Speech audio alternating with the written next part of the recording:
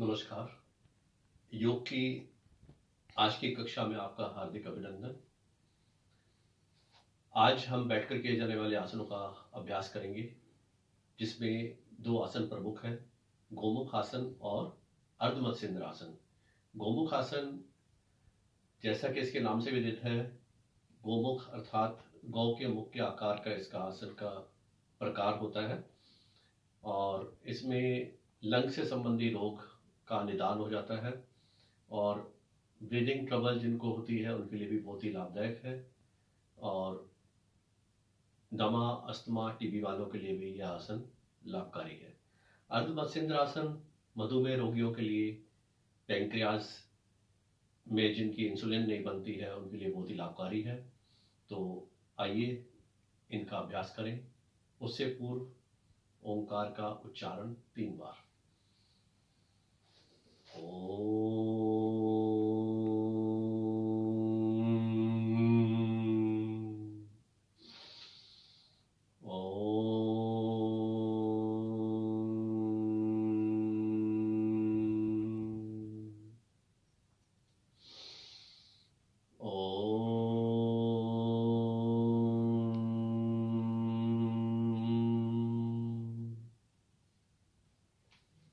तो लीजिए, आपके समक्ष प्रस्तुत है इन दोनों आसनों का विधि और लाभ। सबसे पहले है अर्ध मत्स्येंद्र आसन, जो पहली स्थिति में दिया हुआ है, जिसमें सबसे पहले दाएं जंघा को घुटने से मोड़कर दाएं पैर की एड़ी को बाएं नितंब से लगा देते हैं पहले पोस्चर में, और फिर बाएं जंघा को घुटने से मोड़कर खड़ा कर दें इस प्रकार से, और इसके पश्चात दाएं हाथ से पैर के पंजे को पकड़ लें और बाएं हाथ को कमर के पीछे ले जाएं। इस प्रकार से प्रयास करें और तीसरी स्थिति में पूर्णतः इस प्रकार से आसन तैयार हो जाता है। बाएं हाथ को कमर के पीछे ले जाएं। अब इस अवस्था में स्थिर रहें और दूसरी तरफ से भी इस आसन को करने का प्रयास करना चाहिए। जब हम एक तरफ से कर लेते हैं, दाएं तरफ से दाएं जंघा को इस तरह से रखने के बाद में फिर बाईं जंघा को रखने के पर भी इस आसन का अभ्यास करना चाहिए। दोनों तरफ से अभ्यास करने पर हमारे इंसुलिन के जो प्रभाव है पैंक्रियाज में, वो लक्षण दिखने लगते हैं और मधुमेह संबंधी रोग समाप्त हो जाते हैं। और इस प्रकार शरीर को ट्विस्ट या कर्व देने से दाएं से बाईं ओर और बाएं से दाईं ओर पैंक्रियाज ग्रंथि पर जोर पड़ता है और इंसुलिन की कमी पूरी हो जाती है। घुटनों, पिंडली और पंजों के लिए आसन बहुत ही लाभकारी है और इंटेस्टाइन और छोटी आंत और बड़ी आंत को भी इस आसन से प्रभाव पड़ता है जब हम ट्विस्टिंग करते हैं। तो इस प्रकार अर्ध मत्स्येंद्र आसन अब हमारे उदर के लिए और वक्षस्थल से नीचे तक के भाग के लिए बहुत ही लाभकारी आसन है। अब आइए हम दूसरे आसन का अभ्यास करते हैं या विधि सुनते हैं। तो गोमुख आसन आपके समक्ष प्रस्तुत है।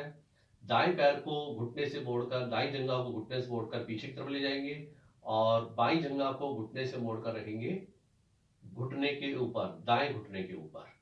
अब बाएं हाथ को ऊपर की तरफ लेकर आएंगे और दाएं हाथ को नीचे की तरफ पकड़ेंगे कमर के पीछे और दोनों हाथ की उंगलियां आपस में पकड़ लेंगे। इस प्रकार यह एक गोमुख आसन तैयार होगा और दृष्टि सामने की ओर रखेंगे। इस आसन का सबसे बड़ा लाभ यह है कि फेफड़ों से संबंधित रोगों के लिए यह आसन बहुत ही लाभकारी है। यह आसन दमा, श्वास संबंधी रोगों के लिए भी बहुत ही लाभकारी बन जाता है और ऑक्सीजन की कमी को यह आसन पूरा करता है। इसमें एक तरफ से करने से एक लंग्स चलने लगता है और एक लंग्स थोड़ा सा रुक जाता है और वो अंदर के उसके लंग्स की सफाई होने लगती है और फेफड़ों के 2.5 करोड़ छिद्रों को यह साफ करता है। और दूसरी तरफ करने से फिर दूसरे फेफड़े को यह साफ करने लगता है। लंग्स इससे दोनों हमारे साफ हो जाते हैं और हमारी श्वास संबंधी बीमारियां दूर हो जाती हैं और हमारे रक्त संचार का प्रवाह ठीक प्रकार से बहने लगता है।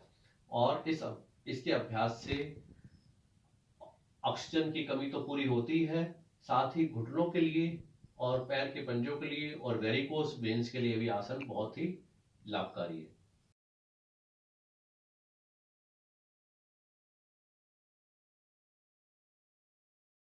तो लीजिए, प्रस्तुत है आपके समक्ष बैठकर किए जाने वाले दो आसन, अर्ध मत्स्येंद्र आसन और गोमुख आसन। सबसे पहले प्रस्तुत है अर्ध मत्स्येंद्र आसन का अभ्यास। भूमि पर बैठ जाएं, दोनों पैर सामने की ओर। पहली स्थिति में दोनों पैर सामने रखेंगे, दाएं पैर को मोड़कर पीछे ले जाएंगे बाएं नितंब के पास में पहली स्थिति में, और बाएं पैर को घुटने से खड़ा कर देंगे। दाएं हाथ को मोड़कर लेकर आएंगे और बाएं पैर के अंगूठे को पकड़ लेंगे और बायां हाथ पीछे की ओर ले जाएंगे और देखेंगे पीछे की ओर। इस प्रकार अर्ध मत्स्येंद्र आसन का अभ्यास हम कर सकते हैं, जिससे हमारे शरीर के डायबिटीज संबंधी रोग समाप्त हो जाते हैं। घुटना, कमर दर्द की प्रॉब्लम, पैरों में जकड़न, अकड़न और पिंडलियों की जो रक्त संचार का प्रवाह है रुक जाता है, वेरिकोस वेन्स की प्रॉब्लम, यह सब समाप्त हो जाती है। इसको दूसरी तरफ से भी किया जा सकता है। अब बाएं पैर को घुटने से मोड़कर पीछे की तरफ ले जाएंगे, दाईं जंघा को खड़ा कर देंगे और बाएं हाथ को क्रॉस करके ले जाएंगे और दाएं पैर के अंगूठे को पकड़ेंगे और दाएं हाथ को पीछे की तरफ ले जाएंगे।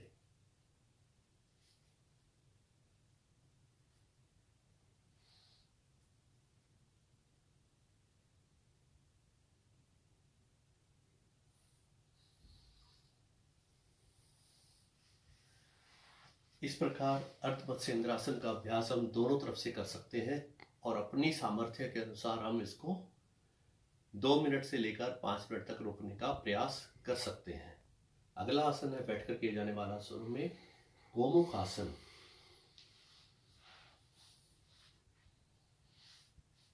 दाएं पैर को घुटने से मोड़कर पीछे ले जाएं और दाएं पैर की एड़ी की ओर बैठें।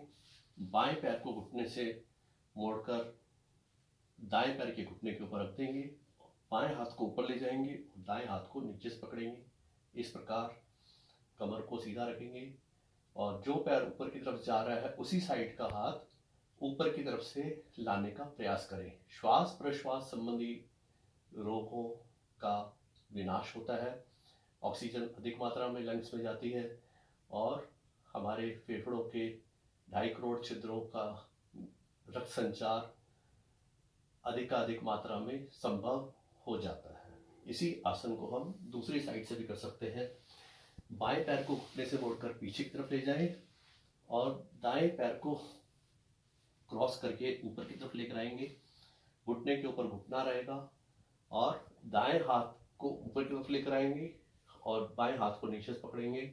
इस प्रकार कान के समक्ष लाकर इसको रोकने का प्रयास करेंगे। कमर के पीछे दोनों हाथों की उंगलियां पकड़ लेंगे। कमर सीधी, दृष्टि सामने की ओर।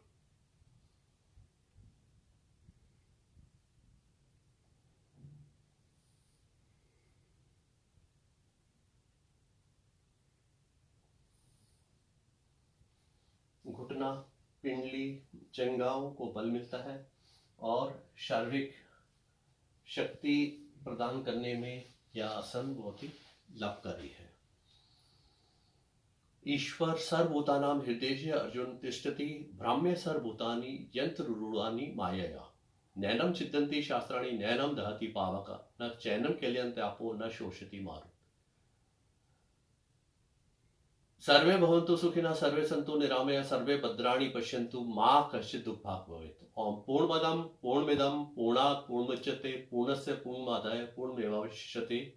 ओम शांति शांति शांति। धन्यवाद एवं शुभ दिन।